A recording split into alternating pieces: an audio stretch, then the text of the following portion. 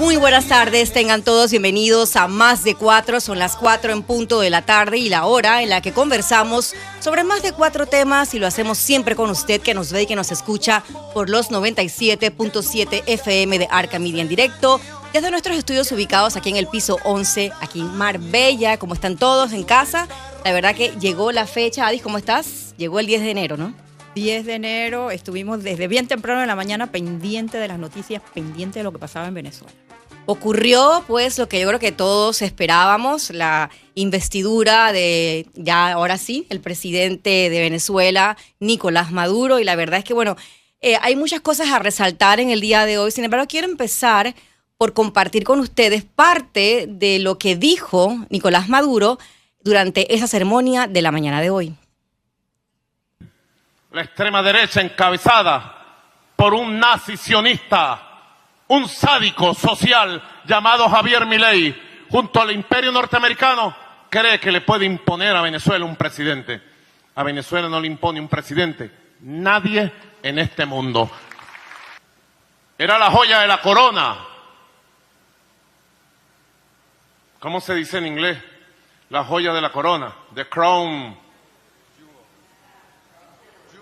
jewel, the crown jewel, the imperialist, United States of Europa están derrotados. El fascismo está derrotado. La oligarquía está derrotada.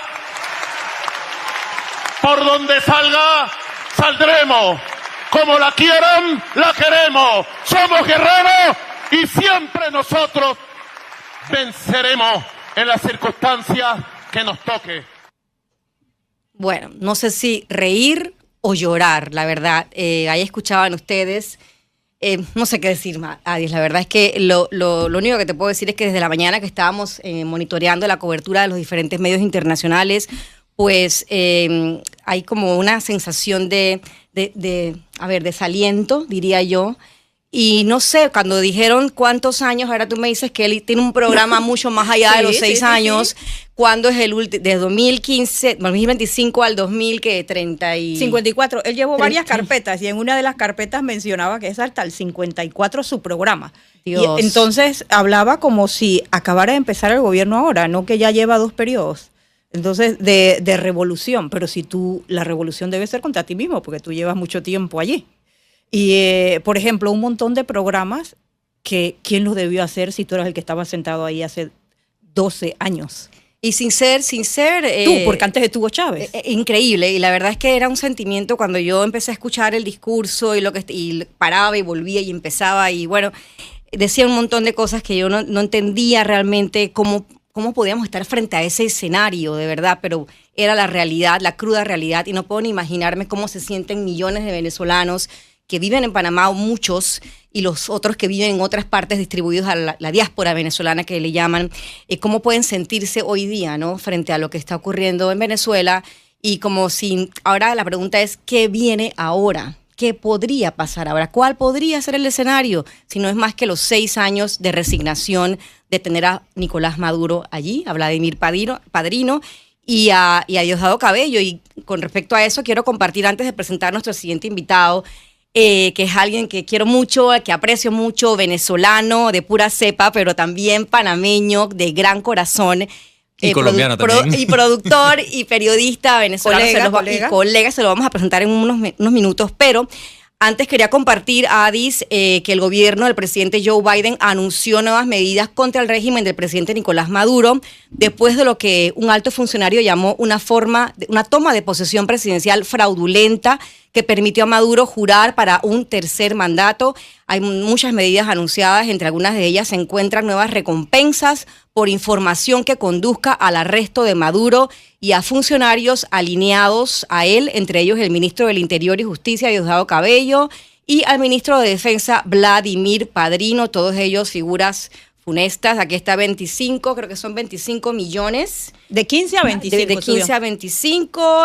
Diosdado Cabello también 25 millones. Y Vladimir Padrino 15 millones.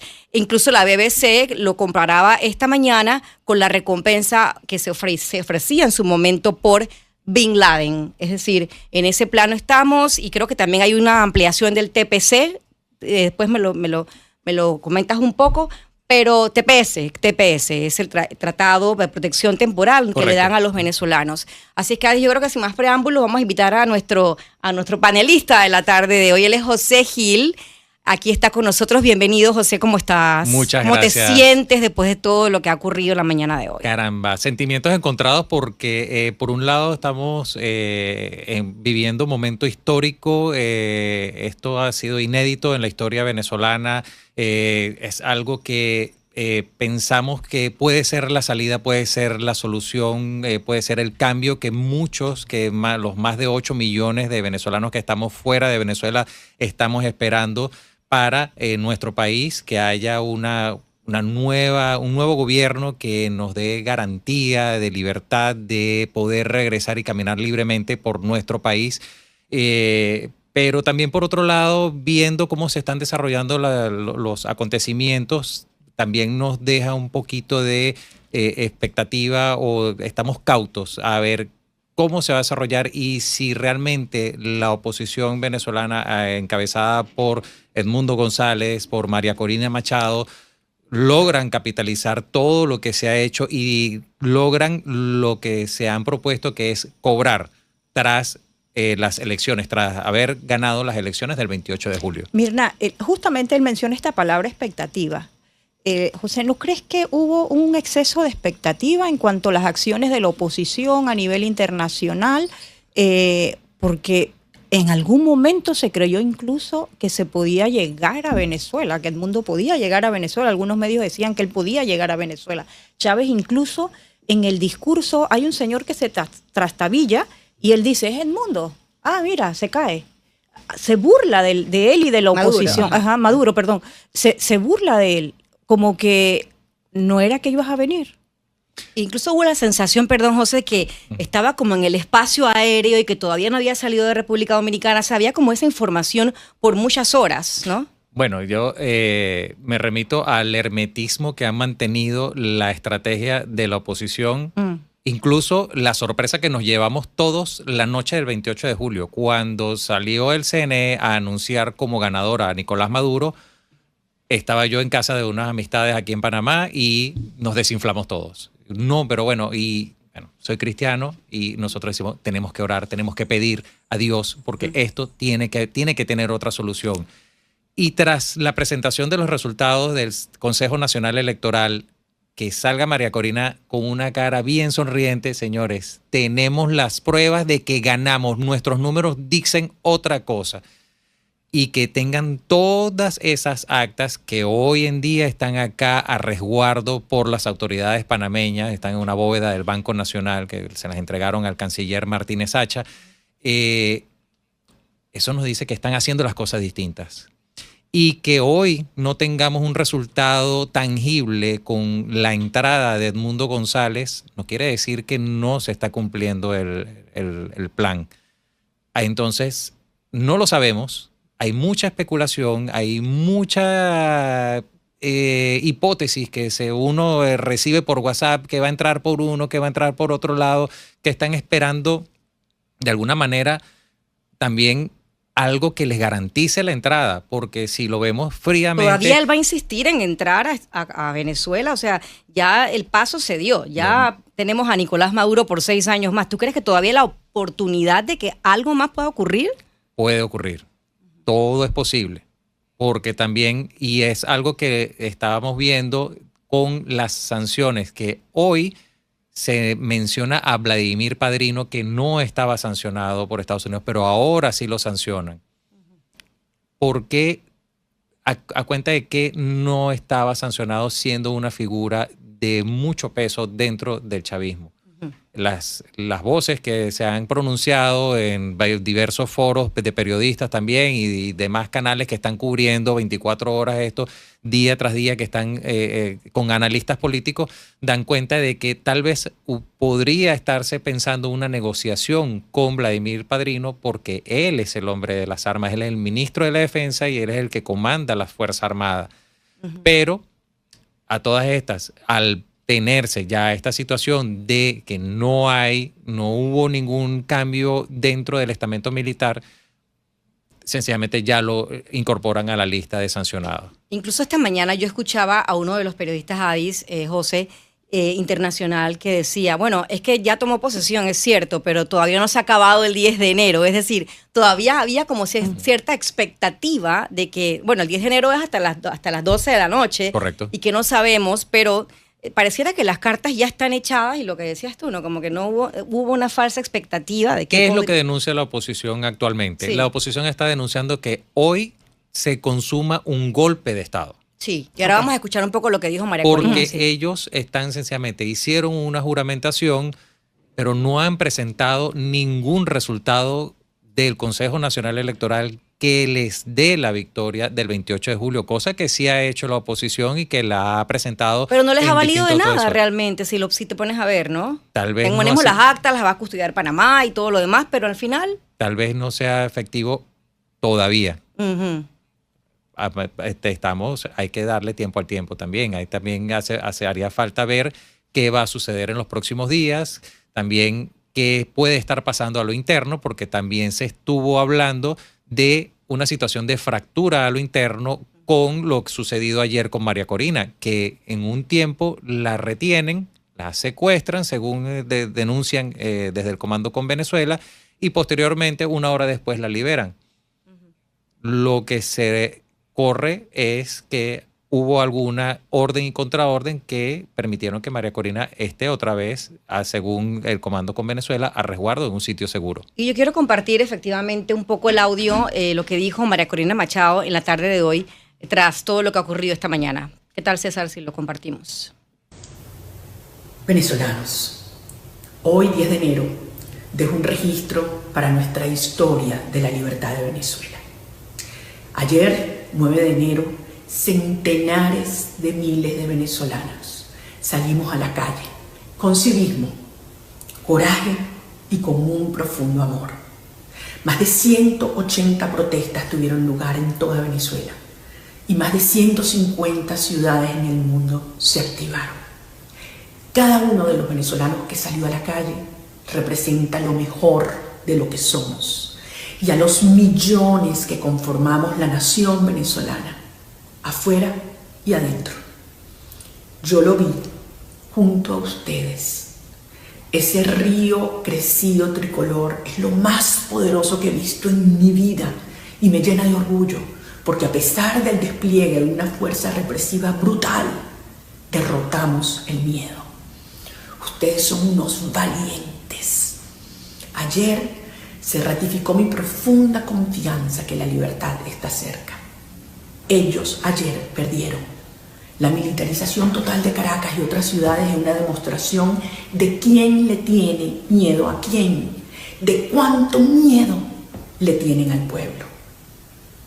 Hoy, 10 de enero, Maduro consolida un golpe de Estado. Frente a los venezolanos y frente al mundo, decidieron cruzar la raya roja que oficializa la violación a la Constitución Nacional. Pisotean nuestra Constitución. Maduro viola la Constitución, además flanqueado por los dictadores de Cuba y de Nicaragua. Esto lo dice todo. Maduro hoy no se puso la mano en el pecho, se la puso en el tobillo como un grillete que cada día le apretará más. Ayer Venezuela vio el coraje desplegado por todo el país. Hoy el mundo ve el miedo encerrado en un salón. No tengan duda, esto se acabó. Ahora quiero hablarles sobre lo que me ocurrió ayer, porque sé que muchos están preocupados. Quiero compartirles los hechos y cuál es mi interpretación de los mismos. Al salir de la enorme concentración en Chacao, muchos ciudadanos me rodearon y me acompañaron hasta que me monté en una moto que me iba a sacar. 2 otras motos me acompañaban. A la altura del Liceo Gustavo Herrera nos trataron de interceptar varias motos con efectivos armados de la Policía Nacional Bolivariana. Tenían armas largas afuera. Pudimos avanzar y a la altura del distribuidor Altamira escuché varios disparos. Las motos de la Policía Nacional Bolivariana nos interceptaron. Un funcionario me preguntó mi nombre para confirmar que se trataba de mí. Inmediatamente, por detrás, fui brusca y fuertemente arrancada de la moto y me montaron en otra, en el medio de 2 hombres. Así son ellos. Atacan a una mujer por la espalda. En el trayecto escuché repetir un par de veces que se dirigían a Boleica. Después de llegar cerca de esa zona, repentinamente se pararon y me dijeron que tenían la orden de que me fuera. Para poder hacerlo me pidieron que grabara un video como una fe de vida. Me tomó varias horas poder alejarme de la zona y resguardarme nuevamente. Fue entonces cuando me enteré que el conductor de una de las motos que me acompañaba a la salida de la manifestación le habían herido en una pierna de bala cuando los efectivos de la Policía Nacional Bolivariana nos dispararon. También se lo llevaron preso. Yo estoy bien ahora. Impresionante. El audio es aproximadamente 8 minutos, Adis. Ha dicho tantas cosas que de verdad uno le llegan al alma, porque uno que cree realmente en la democracia, en la libertad de expresión, y es terrible todo lo que está ocurriendo. Y decía, el miedo encerrado en un salón, Adis. Sí, bueno, afortunadamente, pese a lo doloroso que puede resultar el discurso, la estamos viendo aquí dando ese mensaje, porque también había miedo de lo que podía pasarle hoy. Chávez en su discurso, que lo escuché y lo... Maduro. Perdón, tiene a Chávez arraigado. Maduro mencionaba muchas veces la paz bolivariana, como yo no te hice nada hoy, ni te reprimí hoy. Uh-huh. Y decía, esta es la paz bolivariana. ¿Qué nos quería decir con eso? Y otra cosa que mencionaba Chávez, Maduro, es... la líder de oposición decía ahora que él estaba flanqueado por Cuba y Nicaragua, porque el primero que le da el abrazo antes de dar el discurso es el presidente de Nicaragua. Pero más que flanqueado o acompañado, lo que uno veía allí era un hombre solo. Un dirigente de un país que está solo. No estaba acompañado por sus colegas de la región. Se buscó quien pudiera ocuparle un puesto en esa sala. Uh-huh. Y la otra cosa de su discurso que también me llamó la atención es que mencionaba mucho en su plan de gobierno autosuficiencia, que Venezuela va a ser autosuficiente. Como que tiene miedo que viene una época de mucho embargo, de mucho cierre con Venezuela, y que Venezuela va a tener que aprender a ser autosuficiente. O sea, hay como una introspección de él de que esa es su soledad. Venezuela tiene muchísimos recursos, empezando por el petrolero. Sí. Tiene las mayores reservas probadas a nivel mundial, pero hay una frase, no recuerdo su autor, que dice, Simón Bolívar, decía, el talento sin probidad es un azote. De nada nos sirve tener petróleo si no tenemos la capacidad de procesarlo. Si los grandes tecnócratas que dirigieron la PDVSA, que fue un ejemplo, una empresa de ejemplo a nivel mundial antes de la llegada de Chávez, se fueron o los sacaron. Cuando tenemos las refinerías que explotan, porque ya han explotado un par de refinerías en Venezuela. El caso de Amuay, por ejemplo, hubo una cantidad importante de muertos y sencillamente han pasado uno y otro accidente y se han ido deteriorando toda la industria petrolera. Entonces, hay escasez. Hoy en día hay racionamiento de gasolina. Allá no es como sucede aquí en Panamá, que si yo tengo disponible en mi billetera, yo compro la cantidad de gasolina que yo quiero. No. Y el día que yo quiero y a la hora que yo quiero. Allá no sucede así. Hay un razonamiento, no solamente de gasolina, hay razonamiento eléctrico, hay razonamiento de agua, hay una cantidad de recursos, tenemos todos los recursos, tenemos agua dulce y todo eso, pero no hay capacidad de procesamiento eficiente y eso se ve, uno lo ve, aunque no salen los medios, los que tenemos contacto con gente, no, tengo que organizarme porque hoy es el día que me corresponde lavar mi ropa. Mañana no puedo. Acá en Panamá, maravillosamente, y con todo lo que hablamos acá de la crisis del agua y que el Canal de Panamá está haciendo el reto de garantizar agua, todos, afortunadamente, buena parte de la población aquí en Panamá aún puede decir, tengo servicio de agua 24/7. Y esta mañana me sorprendía un poco una entrevista que hacía un medio internacional también a venezolanos en Venezuela. Y le comentaba a César que había una señora que decía, le preguntó el reportero, le preguntaba, bueno, ¿y usted qué piensa? ¿Usted va a ir a la marcha? ¿Usted va a protestar? ¿Usted va a estar en la rebelión y qué sé yo? Y la señora decía, no, yo voy para mi trabajo. Yo tengo que ir a trabajar porque yo aquí... nadie va a hacer nada y no va a ocurrir nada mientras las pistolas, y lo dijo la señora, mientras las pistolas las tengan ellos. Entonces ella decía, yo tengo que ir a trabajar. Y otra señora, en otro testimonio, que también me pareció muy interesante, porque hay que ver las dos caras, como siempre nosotros decimos, y la otra cara era la señora que decía, oye, pero es que aquí todos los medios hablan que en Venezuela esto es un desastre, que aquí no hay comida, que yo voy al supermercado, no sé si tal vez era muy madurista tal vez, pero decía, pero yo tengo comida, yo voy al restaurante, yo salgo, yo fiesteo. Entonces me quedó la duda, a mí como radio oyente en ese momento, sí, de cuáles son las Venezuelas que estamos teniendo enfrente, ¿no? Y tú que tienes a tu madre, que bueno, ahora está en Panamá unos días, como me comentabas, pero regresa a Venezuela, ¿qué comenta ella? O sea, ¿cuál es la vivencia real del venezolano día a día?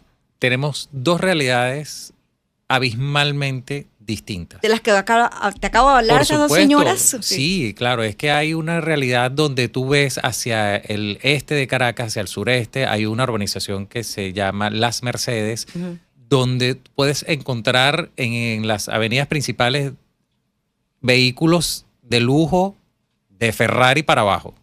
De lo que tú te puedes imaginar, hay vehículos que tú dices, ¿cómo es que hay un Ferrari aquí, o uno, o dos, o tres? ¿De quién son? ¿De quién son? ¿Quién tiene capacidad de comprarse un vehículo de $600,000 del año allá en Venezuela? Por otra parte, también hay... ¿Son los cabellos? ¿Son los padrinos o no? Pudiera ser.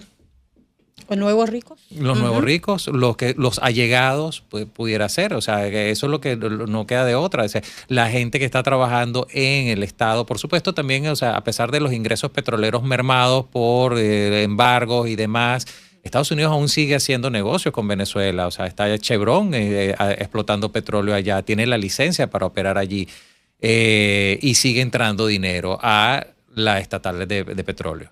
Entonces, sencillamente... Ahí está, ahí la acaba de compartir César para aquellas personas que nos están viendo, el pequeño Manhattan de carga. Gracias, César. Es algo que uno dice, o sea, es un contraste que... ¿Cómo hablas tú de un socialismo, de una república socialista donde se maneja el dólar libremente, donde tienes un crecimiento comercial en un sector determinado que es tan opulente y tan que o sea, la gran mayoría de los venezolanos no tiene capacidad para darse esa vida o de al menos acceder a un restaurante de estos de lujo? A ellos no les toca días de lavar y de no lavar. Posiblemente no, porque también puede ser que también, o sea, si tienes para comprarte un Ferrari, si tienes para comprarte un vehículo de lujo, también pudieras tener un tanque de reserva de gran capacidad en tu casa y no te afecta el razonamiento porque sencillamente siempre vas a tener.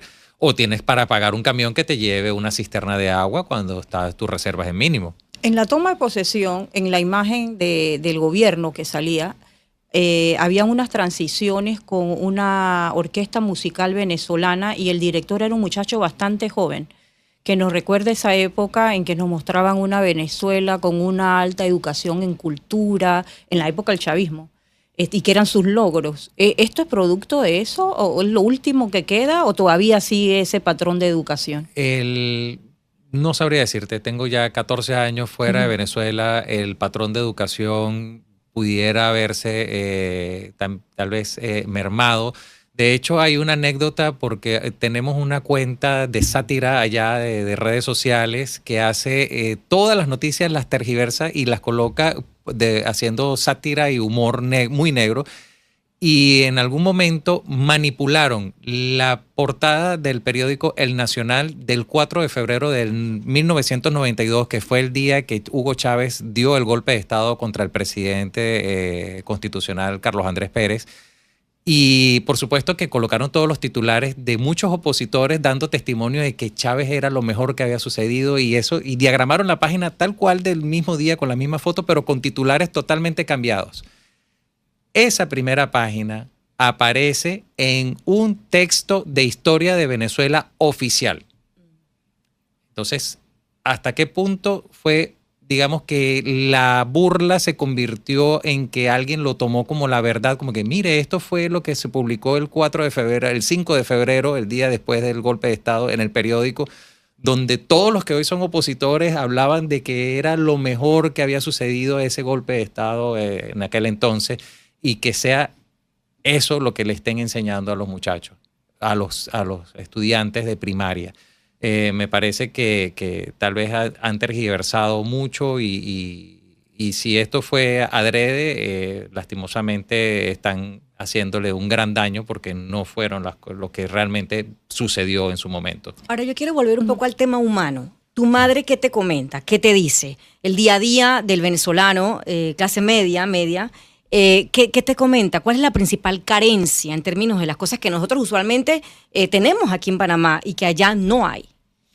Principalmente el suministro de agua es algo que ha mermado. Mi mamá vive en un edificio que tiene ya hace un buen par de años clausurado el elevador porque, bueno, pues los repuestos son muy costosos y sencillamente todos los habitantes del edificio dijeron, un edificio relativamente pequeño, dijeron no vamos a reparar el elevador, todos subimos por las escaleras y así como todo, pues, o sea, esas propiedades se han ido deteriorando, el parque automotor también se ha ido deteriorando en el sentido de que tenemos vehículos muy viejos porque no hay importación y lo nuevo que entra, yo estaba haciendo un comparativo de un vehículo que el mismo modelo de acá, no voy a mencionar marcas por razones obvias, el vehículo acá puede costar un promedio de 15 a 18 mil dólares y allá cuesta 32 mil dólares.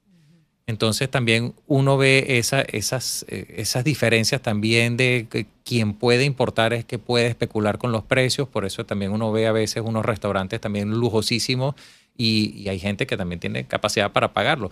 Pero si uno sale de lo que es la burbuja, que es Caracas, y uno se va hacia el interior del país, uno ve que el racionamiento de agua es mayor porque por ser Caracas el centro del poder político, de alguna manera ha sido del cuidado del gobierno de mantenerla contenta, de mantenerlo con lo mínimo de suministro para evitar que la población esté en disconformidad y le pueda presentar alguna situación adversa. En lo internacional, él ataca mucho la diplomacia internacional. Varias veces en el discurso él menciona la diplomacia internacional, o sea, lo que hizo la oposición en las vueltas que hizo ahora o antes, se ve que le golpeó. Y por eso él en el discurso ataca eso y ataca a países latinoamericanos, a Panamá, incluso lo menciona como un país que nadie respeta.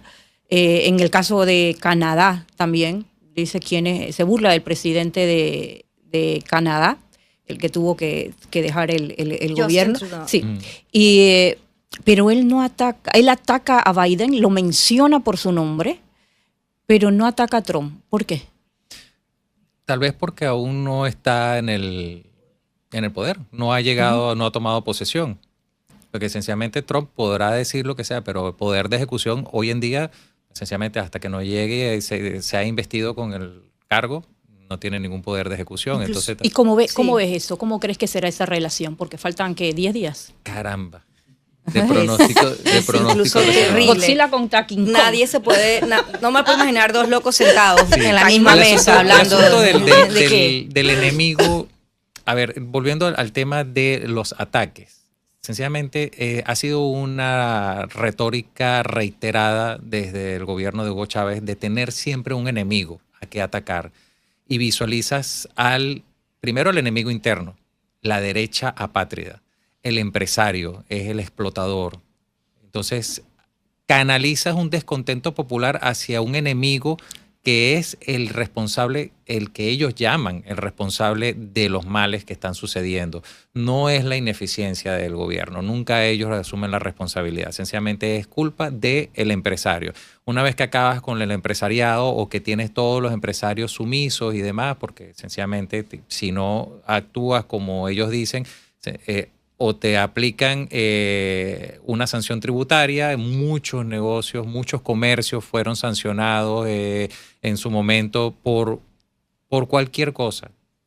Estás clausurado por 3 días porque sencillamente acaba de salir un cliente y no le diste un ticket de caja o no le facturaste correctamente. Cualquier excusa era... faltó un número o algo, algún detalle en el libro contable y sencillamente te cierro por 3 días o te cierro por un mes. Eso pasó mucha factura a la clase comercial y a las industrias también. Hubo expropiaciones también que nunca se pagaron. En fin, ¿qué pasa cuando acabas con todo esto, cuando ya se te agota ese enemigo que deja de serlo? Buscas el enemigo externo. Y en su momento fue Álvaro Uribe, porque Hugo Chávez tenía su pelea con Álvaro Uribe. Son de tendencia totalmente opuesta. Y después de Álvaro Uribe vino Juan Manuel Santos y también la misma pelea. Posterior a Juan Manuel Santos, entonces, de la misma tendencia política, Iván Duque. Hoy mencionó varios expresidentes colombianos en el discurso, no se les olvidó. Bolsonaro en Brasil, pero Lula ha sido su aliado. Dilma fue su aliado. En el caso de Colombia ahorita, Petro dejó de ser su aliado. ¿Por qué dejó de ser su aliado? Sencillamente porque el canciller colombiano anoche marcó distancia, dijo que no avalaban esto, que no avalaban los ataques a los líderes sociales que tenían detenidos, porque hay gente de izquierda, de la propia izquierda venezolana, que han detenido luchadores sociales que están desaparecidos, y el gobierno colombiano se pronunció. A pesar de que recientes declaraciones que puso el presidente Petro en sus redes sociales, que uno dice, bueno, pero ¿qué pasó aquí? Porque ellos dicen, no vamos a permitir que esto sea, porque fueron unas elecciones coaccionadas o fuera del orden, acusando a Estados Unidos por el bloqueo económico, cosa que no tiene nada que ver. En Venezuela se sigue importando, ahí no hay ningún bloqueo de Estados Unidos, ahí las sanciones son personales, ahí le están colocando sanciones hoy. Hoy acaban de mencionar a Vladimir Padrino, ese señor no puede entrar a los Estados Unidos ahora, y todos los que están sancionados sencillamente no pueden entrar a Estados Unidos, o cualquier cuenta que tengan en Estados Unidos sencillamente va a ser tomada por la administración federal y se van a congelar esos activos que tengan en Estados Unidos, o alguno de sus seguidores o alguno de sus familiares o testaferros. Eso es lo que significan las sanciones, pero esto lo hacen ver como que son sanciones para el pueblo. No hay medicinas por las sanciones. Ellos no han querido dejar entrar a las organizaciones humanitarias para que atiendan allá. Y lo vimos en un momento que querían introducir camiones cuando se hizo un concierto en la frontera en Cúcuta. Y vimos cómo se quemaba esa ayuda humanitaria, porque sencillamente hubo un enfrentamiento y allí terminó toda esa mercancía quemada en el puente fronterizo. José, vamos a hacer una pequeña pausa, pero cuando regresemos a Más de Cuatro, quiero que conversemos un poco sobre el tema de los medios de comunicación, porque me comentabas esta mañana y comentábamos aquí en la cabina que un periodista, colega, amigo tuyo, muy cercano, sigue preso, y esa es la otra cara, la cara de los medios de comunicación y qué está pasando. También te voy a compartir un poco lo que me comentaba una colega venezolana, está en Caracas, que no pudo darnos la entrevista hoy por motivos de seguridad. Vamos a ir a una pausa, Adis, y cuando regresemos a Más de Cuatro hay mucho más. Bien, estamos aquí de regreso a la cabina de Más de Cuatro de Arca Media, en los estudios ubicados aquí en Marbella, 97.7 FM, esa es la frecuencia. También nos puedes seguir por nuestras redes sociales, @en Más de Cuatro con número, y a mis cuentas y redes sociales, Mirna Ortega TV. Y bueno, seguimos hablando de Venezuela, y yo quiero empezar contigo, Adis, porque tu experiencia en el mundo diplomático, internacional, pues esta mañana me decías que te sentaste a tomar ciertas palabras de nuestro flamante nuevo presidente de Venezuela, Nicolás Maduro, y había muchas que te llamaron la atención. Pero más que nada era como repetitiva, ¿no? Y Sí, muchas palabras, era como que agarró unas 30 palabras, agarró algo así y las mezcló y luego las repetía. Ajá. Como el hombre de a pie, la geopolítica, el pluripolar, muchas veces pluripolar. ¿Cuántos polos va a crear?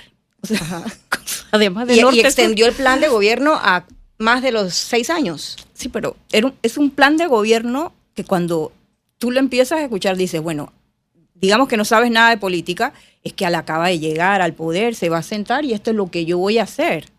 Pero él ya tiene 12 años allí sentado, o sea, todas esas cosas ya las debió crear. Y luego su antecesor se mandó 14. Sí, porque Hugo Chávez duró desde 1999 hasta su fallecimiento en 2013. Tenemos 14 años. Bueno, y entonces, ¿cuál revolución? La revolución ya debió pasar. ¿Cuál cambio? Por ejemplo, una Venezuela verde, eso ya debió pasar. Uh-huh. Porque tú llevas muchas décadas, ese proceso lo debiste hacer en todas las décadas que tu ideología llegó al poder, no ahora. Me asombró mucho cómo construyeron el discurso y el planteamiento de su plan, que debió ser un plan de seguimiento, no de reiniciar una nueva etapa, que no hay una nueva etapa, es simplemente algo que se extiende y se extiende. Pero bueno, como colegas nos preocupaba mucho la situación de los medios de comunicación en Venezuela, de los colegas, y aprovechando que estás aquí, que nos cuentes un poco qué sabes, qué ocurrió, hubo represión hoy, qué hay con los comunicadores sociales allá. Los incidentes. Sí, por fortuna estuve leyendo en las redes sociales del Colegio Nacional de Periodistas allá en Caracas que habían reportado de las manifestaciones que se produjeron ayer 7 agresiones a periodistas. Un robo, 2 agresiones físicas, una amenaza. Pude ver a uno de los colegas que identifiqué de la televisión en algún momento, que cuando yo vivía allá, corresponsal de una de las provincias, Randolfo Blanco, que un guardia nacional le arrebató el teléfono celular y por fortuna había muchísima gente grabando y él fue y reclamó su teléfono y se lo devolvieron al momento, pero no pasó de ser un par de minutos allí de tensión entre, mira, ¿por qué me quitas mi equipo? Estoy trabajando, estoy identificado como periodista, devuélveme mi equipo porque me estás robando y sencillamente aquel es el que tiene una pistola en la cintura. ¿Era delincuencia común o un era guardia nacional? Uniformado con todo su ataviamiento antimotines. Y tú me comentabas incluso esta mañana, José, que tú conoces 2 o 3 casos de periodistas que siguen detenidos. Por supuesto. Y comentábamos fuera del aire que este SEBIN y este helicoide, cada vez que yo leo esos 2 nombres o denominaciones, a mí me entra escalofríos a nivel de lo que pudieran estar haciendo estas 2 fuerzas. ¿Son 2 fuerzas paramilitares o cómo? Sí, el SEBIN es el Servicio Bolivariano de Inteligencia y el helicoide es el lugar, es la estructura donde están ubicados la sede principal de esta policía, por llamarlo de alguna manera. Es una fuerza que, bueno, han sido denunciados por ser el brazo ejecutor de alguna manera, las detenciones. Y el helicoide es en el sitio donde trasladan a muchos de estos detenidos, donde han sido denunciados por cometer torturas y demás. En el caso retomaba bien no quería dejar pasar el caso de Carlos Julio Rojas, colega, compañero de promoción que está detenido, próximo a cumplir 9 meses detenido por sencillamente denunciar ineficiencias del gobierno en el sector donde él vive. Él ha sido un activista social también y él ha estado, digamos, haciendo un periodismo comunitario de la mano con todos los vecinos, un periodismo vecinal, por decirlo de alguna manera, denunciando también los espacios donde mucha gente que ha emigrado de Venezuela, que ha dejado sus propiedades cerradas con doble cerrojo y demás, han sido violentadas estas propiedades que están vacías y vamos a meter a una familia allí, afecta al oficialismo porque sencillamente esta propiedad hay que utilizarla, ya que esta gente se fue, no hay Estado de Derecho para eso. En tu caso como periodista, ¿tú puedes dejar Panamá, ir a Venezuela y regresar sin problema? Sí, yo pudiese regresar libremente, solo que bueno, siempre uno tiene el temor de tener el equipo, tener mi teléfono celular conmigo, porque uno no está exento de que te detenga un funcionario y te diga, quiero revisar tu teléfono. Y sabes una cosa, hace un par de años atrás me tocó hacer una escala en Venezuela. Y yo puedo decirte que nunca en mi vida había sentido tanto terror y ni siquiera era época Chávez, ¿no? Íbamos a hacer una escala y teníamos cámaras, teníamos equipo, había alguna convulsión de esas normales que había en ese momento también. Y llegaron militares a abrirnos el equipo y casi prácticamente nos confiscaron, nos iban a confiscar el equipo. Tratamos de explicar incluso que se trataba de una escala, que íbamos hacia otro destino, a hacer otra cobertura, y aún así, es decir, que esa situación de presión y de represión, ese sentimiento de que no hay una libertad plena, se siente en Venezuela hace mucho tiempo, y de ahí el tema migratorio y la diáspora, como se le conoce. Tú eres parte de esa diáspora. En Panamá hay muchos de nuestros colegas que son también venezolanos. ¿Cómo es ejercer el periodismo acá y cómo te sientes tú a nivel personal y profesional? Ejercer el periodismo. Sí, o sea, ¿cómo te sientes tú de que no puedas regresar a tu país y ser libre y tener una prensa libre? No existe tal cosa en Venezuela. No existe, pero tal vez admiro mucho los colegas que están ejerciendo allá, porque están haciendo, sí, los que se están quedando han hecho, yo siento que están superdotados hoy en día, de cómo puedes lograr fotografías de los militares entregando fusiles Kalashnikov a milicianos, a civiles, para que salgan a una parada militar o para que salgan a supuestamente ser la fuerza que va a defender al presidente recién investido. ¿Cómo le entregas armas a personas, a septuagenarios que no tienen, o sea, no sé qué tanta entrenamiento pueden tener o qué tanta capacidad pueden tener para empuñar un arma de esos y disparar esas armas de alto calibre? Me parece que, o sea, es algo asombroso que yo he visto corresponsales que están allá trabajando para agencias internacionales, logrando ese tipo de fotografías y que las pueden publicar en sus redes sociales abiertamente. Sí. Por supuesto, o sea, no tomas partido. Hay que evitar tomar partido y tratar de decir lo más aséptico posible la información, a pesar de que en algún momento la información que tú estás transmitiendo va a ser perjudicial para uno u otro bando, y precisamente si estás informando de las condiciones negativas de la economía, donde el poder adquisitivo está destruido, donde una pensión, una jubilación allá son apenas $3 mensuales, ¿de qué te sirve eso? Y eso me preguntaba Lynn, ¿con qué sobrevive un venezolano? O sea, ¿cuál es el salario con el que sobrevive un venezolano? ¿Se tiene alguna idea? No tengo idea. ¿Cuál sea actualmente? Actualmente lo que recuerdo haber visto, la canasta básica debe estar por el orden de los $300, algo así. Los precios, hay muchos precios que he estado comparando que son muy similares. ¿Cuánto cuesta un kilo de porotos allá? ¿Cuánto cuesta un kilo de arroz? Bueno, digamos el precio de la carne o el pollo, un kilo de carne o de pollo está similares a Panamá. Con la diferencia que acá en Panamá el ingreso abismalmente mayor, a pesar de que sea el salario de una jubilación, alrededor de los $500. Y también se nos está quedando el tema migratorio. O sea, es cierto que se quedaron periodistas, otros se fueron, pero esa población esos números de población que se está hablando, de entre 4 y 5 millones de personas que pueden salir de Venezuela, y lo he escuchado en varios medios de oposición venezolana, ¿son reales? Sí, hay estudios. ¿Otros ya 4 o 5 millones más? Se han hecho encuestas y el desánimo de la población a muchas personas les han preguntado, y hay aproximadamente un 30%, 20% de la población que estaría dispuesto a salir ahora mismo. Si calculamos que ahora quedan 30 millones de habitantes en Venezuela, un 20%, o sea, estaríamos hablando de un 6 millones aproximadamente. Con facilidad pudiese ser que sean 6 millones de personas que estén dispuestas a cruzar la frontera, bien sea a caminar por Colombia para cruzar el Darién, o bien sea para cruzar la frontera con Brasil y caminar hacia el sur.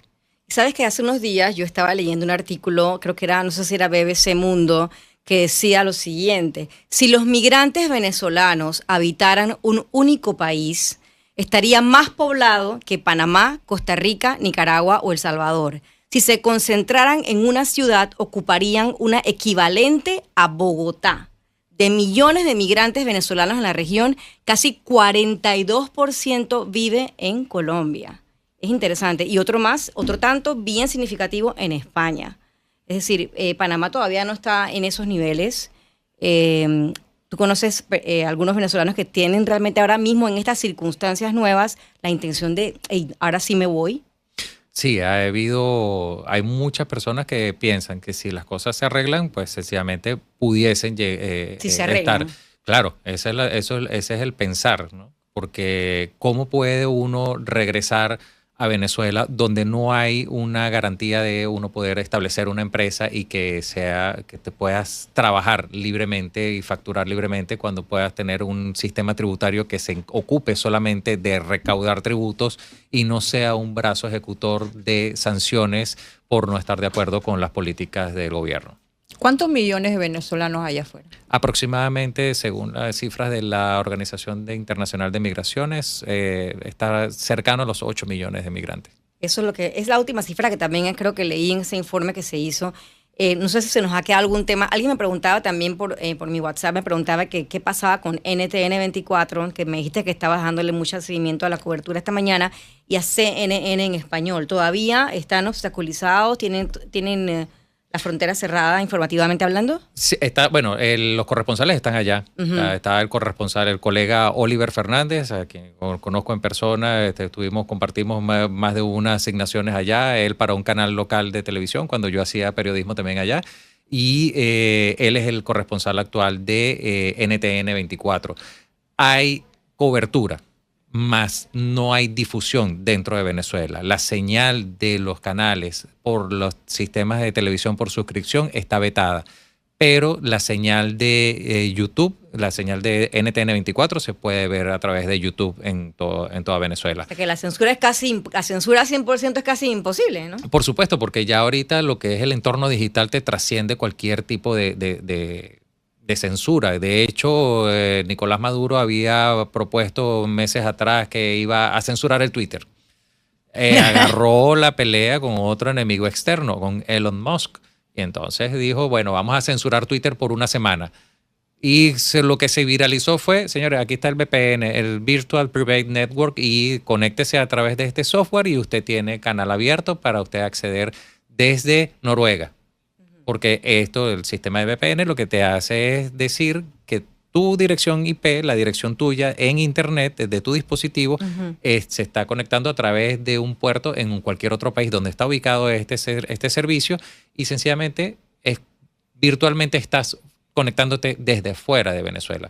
Entonces, muchas personas tenían acceso a Twitter porque, para la red X ahora, discúlpenme que se me quedé en el pasado. No, pero tenían acceso porque sencillamente ya hay toda una disposición tecnológica que te permite burlar la censura. Bueno, no sé si se nos ha quedado algo en el tapete. Solo una curiosidad, observación o cosas mías, análisis que un poco profundo, pero sí me llamaba la atención. Como yo estuve muchos años en Oriente Medio, cuando comenzó la guerra en Siria, salieron millones de sirios de Siria. Y luego el impacto de esa población en los países vecinos, tú los veías en cosas, además del tema dramático, la situación humanitaria, lo veías en cosas culturales, ¿no? Que en Siria había como un helado que es como un chicle. O sea, en vez de ser esta cosa cremosa, es como un chicle. Sí. Y de pronto en muchos países árabes veías ese helado. Y en el caso de los venezolanos, por ejemplo, yo siempre tengo un problema con la comida que me hace mal. Y yo decía... ¿Qué pasa? ¿Cuándo me llegará? Los colores de Venezuela. No, me salvaron. La arepa, yo decía, máximo, la reina pepiada. Yo decía, ¿cómo tengo ganas de una arepa a Jerusalén? Y llevaron los venezolanos judíos que se fueron a Jerusalén y pusieron sus cosas de arepa. Y cuando sacaban en la televisión y les preguntaban, ¿esto qué es? ¿Saben lo que es el pan pita? Sí, claro, perfectamente. Claro. Pero entonces tenían que explicarle al consumidor, uh-huh, que era esa Pero arepa. aquí no hay que explicarle a los panameños que es una arepa, porque todo el mundo pero sabe. Es que tenemos mucha similitud. Entonces ellos decían, esto es una pita, pero de maíz blanco. Pita Cheltira Laván. Y entonces se consumía y se volvió muy famoso. Era un lugar no solo de comer, sino que se reunían y bailaban todos allí. Bueno. Es emblemático para nosotros la arepa, así como para los mexicanos los tacos. De verdad que es digamos, nuestra embajadora gastronómica en todas partes. La extensión. Pero siempre hay una discusión, no sé, que si es venezolana o si es colombiana, por supuesto, o si es esto, si lo otro. No entremos en eso, porque falta un minuto para que terminemos. Bueno, más allá de eso, me quiero referir en este último minuto al impacto económico. En cifras acá en Panamá, para el año 2023, el impacto de la migración venezolana al Producto Interno Bruto de Panamá fue de $1.800 millones. Cifras de un estudio de la Organización Internacional de Migraciones, también conjuntamente con un gremio empresarial, la Cámara de Empresarios Panameño-Venezolana, CEPAVEN, que presentaron ese informe pues para dar a conocer lo que realmente sucede con la migración y para desmontar muchos mitos que están sucediendo en muchos países. Aquí en Panamá en algún momento surgió, pero afortunadamente ya se ha bajado bastante eso, las polémicas con la migración. Gracias, José Gil, por haber estado acá en los micrófonos de Más de Cuatro. Yo estoy segura, Adis, que no es la primera vez que lo vamos a tener. Yo creo que ahora al que le demos el recorrido por la emisora, él va a quedar encantado y va a querer regresar. Gracias, y la verdad es que esperamos que dentro de las circunstancias Venezuela pues pueda salir adelante de alguna manera u otra. Así es que gracias por haber estado. Muchísimas gracias. Gracias, Adis. Gracias. Entonces, hasta el lunes. Gracias, César.